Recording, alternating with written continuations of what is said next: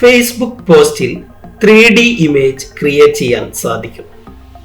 Photoshop ഉപയോഗിച്ച് എങ്ങനെ ഒരു 3D ഇമേജ് ക്രിയേറ്റ് ചെയ്യാം എന്നാണ് നമ്മൾ ഇന്ന് പരിശോധിക്കാൻ പോകുന്നത്. Post your picture with 3D effect on Facebook. So let's get started. വളരെ ചുരുങ്ങിയ സമയത്തിൽ എളുപ്പത്തിൽ മനസ്സിലാകുന്ന രീതിയിലാണ് വീഡിയോ ക്രിയേറ്റ് ചെയ്തിരിക്കുന്നത്. ഇഷ്ടപ്പെട്ടാൽ ലൈക്ക് ചെയ്യുക, സബ്സ്ക്രൈബ് ചെയ്യുക, കമന്റുകൾ ഇടുക. ലോകത്തിലെ ഏറ്റവും ഫേമസ് ആയ ഡിസൈനിങ് സോഫ്റ്റ്വെയർ ഫോട്ടോഷോപ്പ് ഉപയോഗിച്ചാണ് നമ്മൾ ഇമേജസ് ക്രിയേറ്റ് ചെയ്യുന്നത്. 2 ഇമേജസ് ക്രിയേറ്റ് ചെയ്യണം. ഒന്ന് നോർമൽ ഇമേജും മറ്റൊന്ന് ഡെപ്ത് മാപ്പ് ഇമേജും.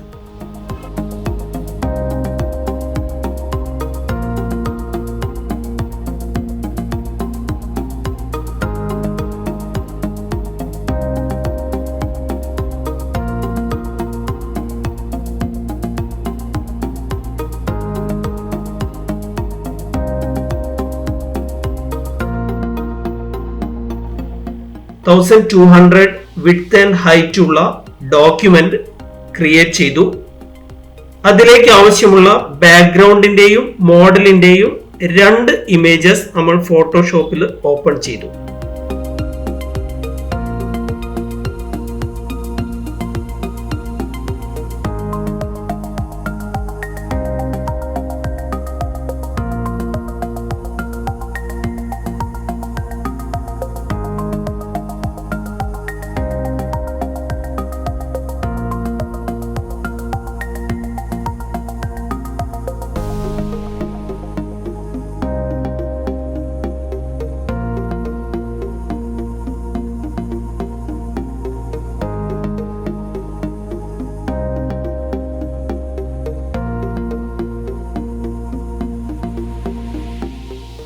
പെൻ ടൂൾ ഉപയോഗിച്ച് മോഡൽ ഇമേജിനെ സെലക്ട് ചെയ്ത ശേഷം ലെയർ മാസ്ക് ഉപയോഗിച്ച് ബാക്ക്ഗ്രൗണ്ട് ഇമേജ് റിമൂവ് ചെയ്തു.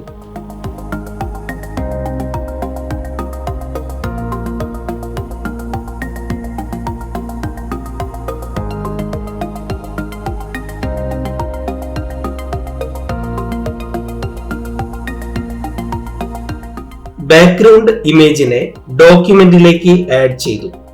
അതിനെ മോഡൽ ഇമേജിന്റെ ലെയറിന് താഴെയായി പ്ലേസ് ചെയ്തു.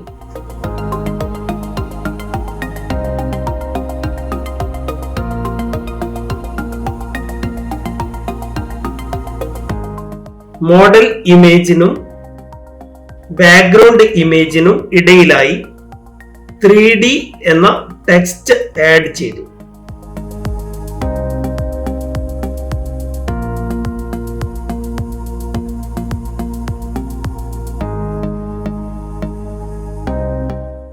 ഡോക്യുമെന്റിനെ FB എന്ന പേരിൽ സേവ് ചെയ്തു.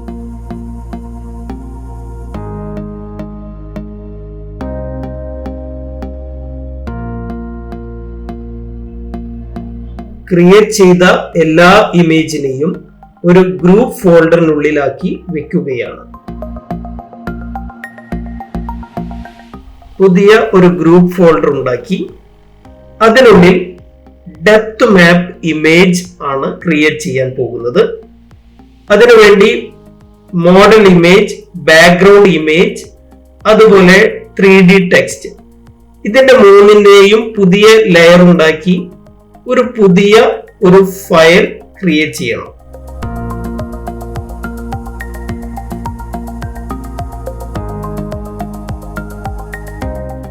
ഗ്രേഡിയന്റ് ടൂൾ ഉപയോഗിച്ച് ബാക്ക്ഗ്രൗണ്ട് ലെയർ ക്രിയേറ്റ് ചെയ്യുകയാണ്. ബാക്ക്ഗ്രൗണ്ട് ലെയർ ക്രിയേറ്റ് ചെയ്യുമ്പോൾ ശ്രദ്ധിക്കേണ്ടത് അതിന് താഴെ ലൈറ്റ് കളറും മുകളിലേക്ക് വരുമ്പോൾ ഡാർക്ക് കളറുമാണ് വേണ്ടത്.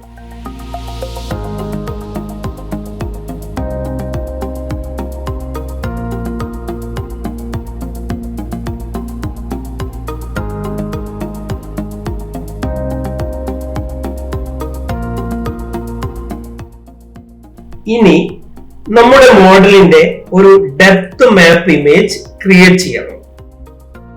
ലെയർ മാസ്കിൽ ക്ലിക്ക് ചെയ്ത് ഏരിയ സെലക്ട് ചെയ്തു. അതിലേക്ക് പെയിന്റ് ബക്കറ്റ് ഉപയോഗിച്ച് കളർ ആഡ് ചെയ്യണം. സെലക്ട് ചെയ്ത ഇമേജിന്റെ ഏറ്റവും ബോട്ടം റൈറ്റ് ഏരിയയിലുള്ള ബാക്ക്ഗ്രൗണ്ട് കളറാണ് നമ്മൾ സെലക്ട് ചെയ്തത്. അത് നമ്മൾ ഡെപ്ത് മാപ്പ് ഇമേജിലേക്ക് ആഡ് ചെയ്യും. അതിനുശേഷം 3D ടെക്സ്റ്റിന്റെ ബാക്ക്ഗ്രൗണ്ട് ഇമേജ് ആഡ് ചെയ്യണം.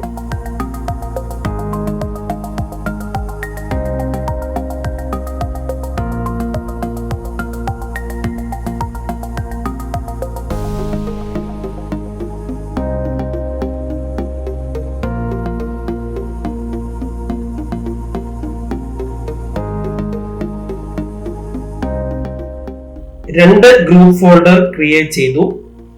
ഒന്ന് മെയിൻ ഇമേജും മറ്റേത് ഡെപ്ത് ഇമേജുമാണ്.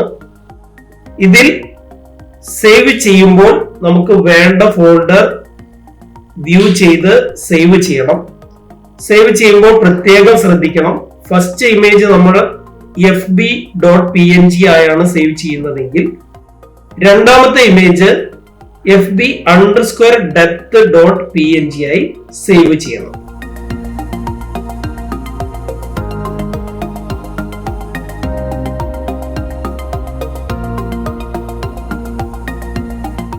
fb.png, fb_depth.png എന്നിങ്ങനെ രണ്ട് ഇമേജസിനെ നമ്മൾ ക്രിയേറ്റ് ചെയ്തു. ഫേസ്ബുക്ക് ഓപ്പൺ ചെയ്ത് അതിലെ പോസ്റ്റിലേക്ക് ഇമേജ് ആഡ് ചെയ്യണം. രണ്ട് ഇമേജിനെയും നമ്മൾ ഡ്രാഗ് ചെയ്ത് ഇടുമ്പോൾ ഫസ്റ്റ് അതിൽ വലിയ വ്യത്യാസമൊന്നും കാണില്ല.